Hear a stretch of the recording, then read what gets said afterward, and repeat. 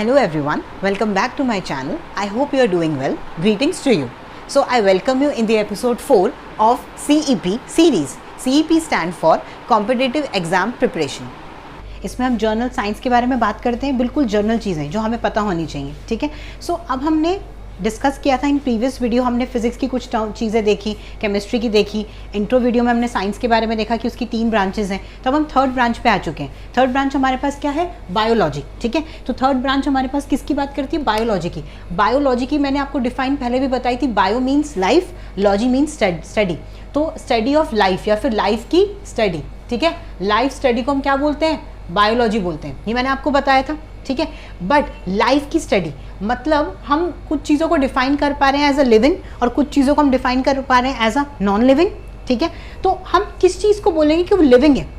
मतलब क्या चीज़ देख के आपको पता चलता है कि ये जो मार्कर है ये नॉन लिविंग है और मैं आपके सामने खड़ी हूँ, मैं लिविंग हूँ? कैसे पता चल रहा है? तो 4 फैक्टर्स हैं। 4 फैक्टर्स के बेसिस में मैं मार्कर को और अपने आप को कंपेयर करूंगी, देन आपको समझ आएगा कि मैं क्यों लिविंग हूँ और ये क्यों लिविंग नहीं है, ठीक है। तो सबसे पहला फैक्टर है ग्रोथ। क्या ये मार्कर की ग्रोथ हो रही है? अगर आप इसको 5 साल रख दो, 10 ईयर्स रख दो, ये एज इट इज रहेगा।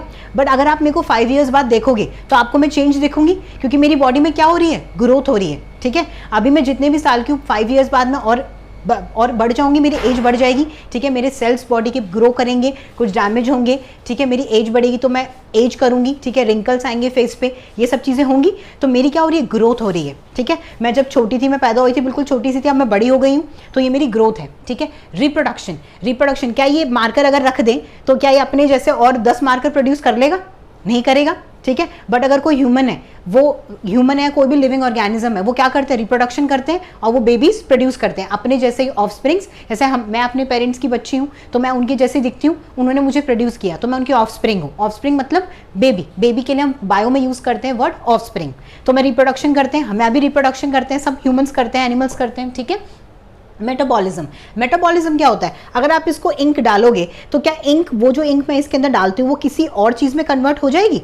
नहीं होगी, वो इंक ही रहेगी। बट जब मैं खाना खाती हूँ उसके बाद क्या होता है? मेरी बॉडी को एनर्जी मिलती है और नेक्स्ट मॉर्निंग में क्या करती हूँ? फीसिस करती हूँ, तो मेरा डाइजेशन क्या हो जाता है? कंप्लीट हो जाता है, ठीक है। तो मैंने खाना खाया और उसे किसी और फॉर्म में बाहर निकाला, मतलब बॉडी के अंदर कुछ तो चेंजेस आए।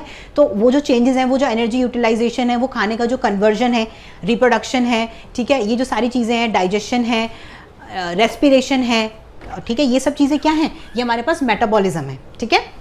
उसके बाद रिस्पॉन्स ऑफ स्टिमुलाई, ठीक है। अब जैसे ये बड़ा इंटरेस्टिंग है, ये तीनों चीज़ें तो आपको पता ही थी, ये बड़ा इंटरेस्टिंग है। बट जैसे कि अगर मैं मार्कर पे अगर मैं मारूं तो ये कुछ रिस्पॉन्स कर रहा है? कुछ भी नहीं कर रहा। मतलब इसको दर्द हो रहा है, ये गुस्सा कर रहा है, चिढ़ रहा है, नहीं कर रहा। बट अगर आप मुझे को मारेगा या मैं खुद को मारूंगी, मैं अपने बाल खींचूंगी तो क्या होगा? मेरे को गुस्सा आएगा, मैं इरिटेट हो जाऊंगी, मैं रिस्पॉन्ड दूंगी फिर, ठीक है। मुझे मेरे भाई ने मारा, सपोज जैसे मेरा भाई मेरे को छेड़ता है तो मैं भी उसको रिस्पॉन्ड देती हूँ, मैं भी उसको परेशान करती हूँ। तो वो क्या है? मैं स्टिमुलाई पे रिस्पॉन्स करती हूँ। मेरी बॉडी के ऊपर मच्छर बैठेगा तो मैं उसको मारूंगी या उसको हटा दूंगी, वो मेरा क्या है? रिस्पॉन्स है, ठीक है। उसने मेरे को एक्ट किया तो मैंने एक्शन दिखाया, मेरा रिस्पॉन्स था वो। तो मैं स्टिमुलाई क्या है? कुछ भी आउटसाइड एनवायरनमेंट में मेरे ऊपर हुआ और मैंने उसके अगेंस्ट रिस्पॉन्स दिया, तो उसे हम क्या कहते हैं? रिस्पॉन्स ऑफ स्टिमुलाई, ठीक है। तो हम देते हैं, लिविंग थिंग्स देती हैं। तो ये आपको क्लियर हो गए 4 फैक्टर्स, ये आपको पता होने चाहिए। अब मैंने कुछ टर्म्स लिखे हैं जो हमें पता होनी चाहिए while we studying this chapter.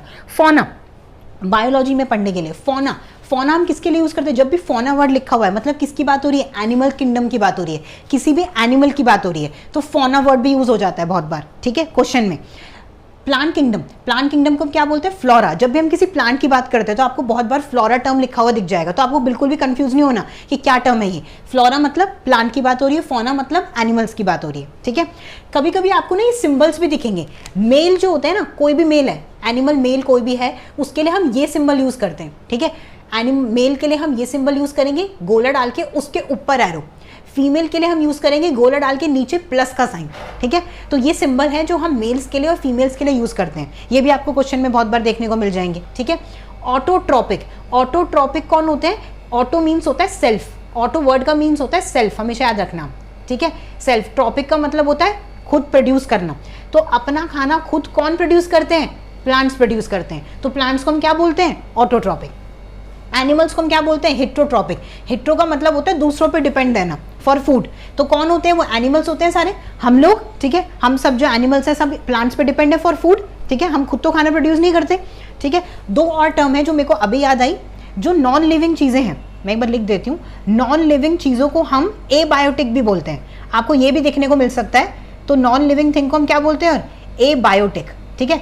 और लिविंग थिंग्स को, जो लिविंग चीजें हैं उनको हम क्या बोलते हैं? बायोटिक, ठीक है। ये भी आपको याद रखना है, ठीक है। तो ये हमने थोड़े से बेसिक टर्म डिस्कस किए, हमने ये देखा कि लिविंग क्या है, ठीक है, कौन से वो 4 फैक्टर्स हैं जो हमें नॉन लिविंग से डिफरेंट बनाते हैं, ठीक है। तो आई होप आपको थोड़ा सा ये जो क्रक्स थे बायो के समझ आए होंगे। अब हम और डिटेल में छोटे छोटे वीडियोस की फॉर्म में ऐसे आगे चीजें देखते रहेंगे, करते रहेंगे, जो हमें क्वेश्चन सॉल्व करने में बाद में बहुत हेल्प करेगी। Okay, I hope you like this video. Thank you so much for watching.